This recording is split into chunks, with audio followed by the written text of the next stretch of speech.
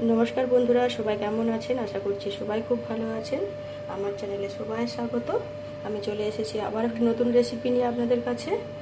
তো কাজ ঘরে কিভাবে আপনি অনুষ্ঠান বাড়ির মতো আনারসের চাটনি বানাবেন, আজকে সেই আনারসের চাটনি রেসিপি নিয়ে আমি চলে এসেছি। তো বন্ধুরা আমার সঙ্গে থাকুন, আমার পাশে থাকুন আর দেখতে থাকুন এই কিভাবে আমি আনারসের চাটনিটি আজকে বানাচ্ছি।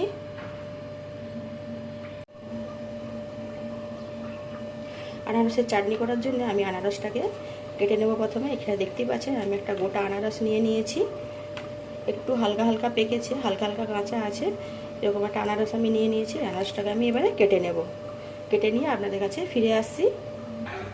প্রথমে আনারসের এই দুটো সাইড আমি কেটে নিয়েছি, এবারে চোপাটা একটু মোটা হয়, এটাকে আমি ছাড়িয়ে নেব।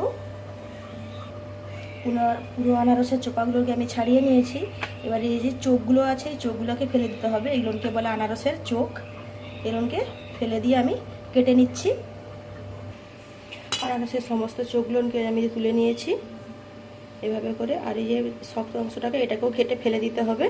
আমি ছোটো ছোটো করে কেটে নিয়ে ফিরে আসছি।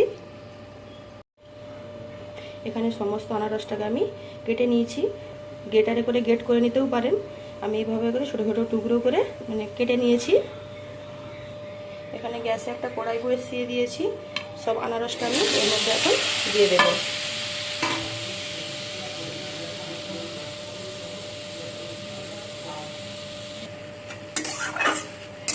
আনারসটা অল্প একটু নাড়াচাড়া করে দিয়ে আনারসটাকে একটু ভালো করে সেদ্ধ করে নিতে হবে।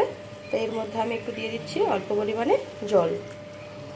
জল দিয়ে আনারসটাকে ভালো করে প্রথমে সেদ্ধ করে নেব।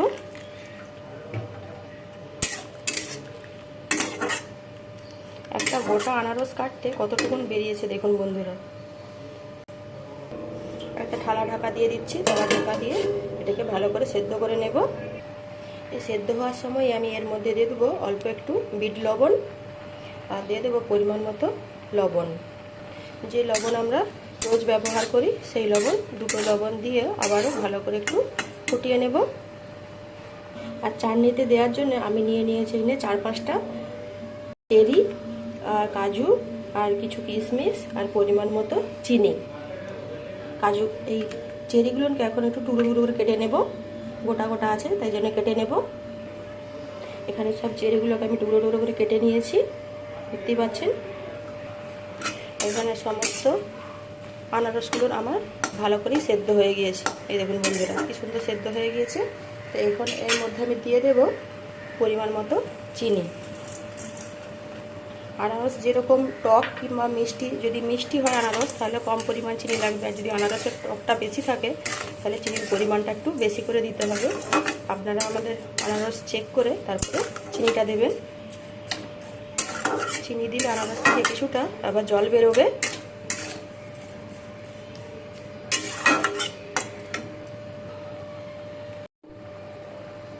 চিনি দিয়ে এখানে ভালো করে ফুটিয়ে নিয়েছি, সব কিছু সুন্দরভাবে ফুটে গেছে। এখন এর মধ্যে আমি দিয়ে দেব কিশমিশ, যে কিশমিশগুলো রেখেছিলাম সেই কিশমিশগুলো দিয়ে দিলাম। এরপর দিয়ে দিলাম কাজু বাদাম, যে কাজু বাদামগুলো রেখেছিলাম সেগুলো দিয়ে দিলাম। সব কিছুকে আবারও ভালো করে মিক্স করে নেব।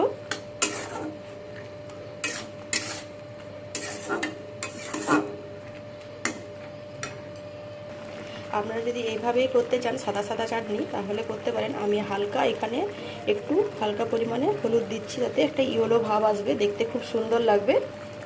অল্প একটুখানি আমি হলুদ অ্যাড করলাম এর মধ্যে, এতে চাটনির কালারটা খুব সুন্দর আসবে, হালকা ইয়েলো কালারের।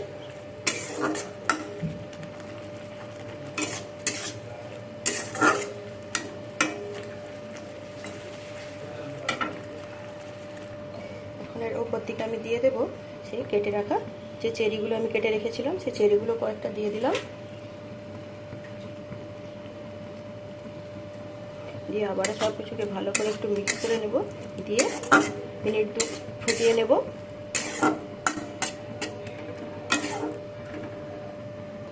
2 মিনিট ফুটিয়ে নিয়েছি, দিয়ে ঢাকনাটা খুলে দিয়েছি। এখানে আমার আনারসের চাটনি একদম রেডি। দেখতেই পাচ্ছেন বন্ধুরা কত সুন্দর হয়েছে, কালারটাও কত সুন্দর হয়েছে দেখতে, আর খেতেও কিন্তু খুব দারুণ হয়। তো এটার মধ্যে নামিয়ে নিচ্ছি।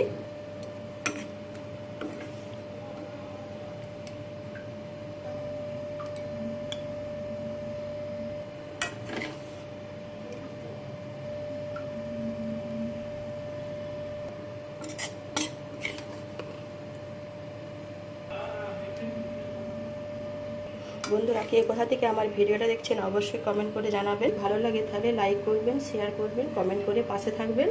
এখানে সমস্ত চাটনিটাকে আমি নামিয়ে নিয়েছি। তো এটাকে আমি একটু গার্নিশ করে নেব। তো উপর থেকে আমি কিছু চেরি এভাবে করে একটু ছড়িয়ে দিয়ে গার্নিশ করে নেব। আপনাদের কাছে যদি লাল বেদানা থাকে তো আপনারা বেদানা দিয়েও গার্নিশ করতে পারেন। খেতেও খুব সুন্দর হবে আর দেখতেও খুব ভালো লাগে। দেখছেন কত সুন্দর হয়েছে বন্ধুরা। তো আপনারা অবশ্যই এভাবে করে একবার বানিয়ে দেখবেন, খেতে খুব সুন্দর হয়। আর আজকের আমার আনারসের চাটনির রেসিপি আপনাদের কেমন লাগলো অবশ্যই কমেন্ট করে জানাবেন। আমার চ্যানেলটিকে সাবস্ক্রাইব করে আমার পাশে থাকবেন। সবাই ভালো থাকবেন, সবাই সুস্থ থাকবেন। আজকের মতো ভিডিওটা এখানেই শেষ করছি। টাটা।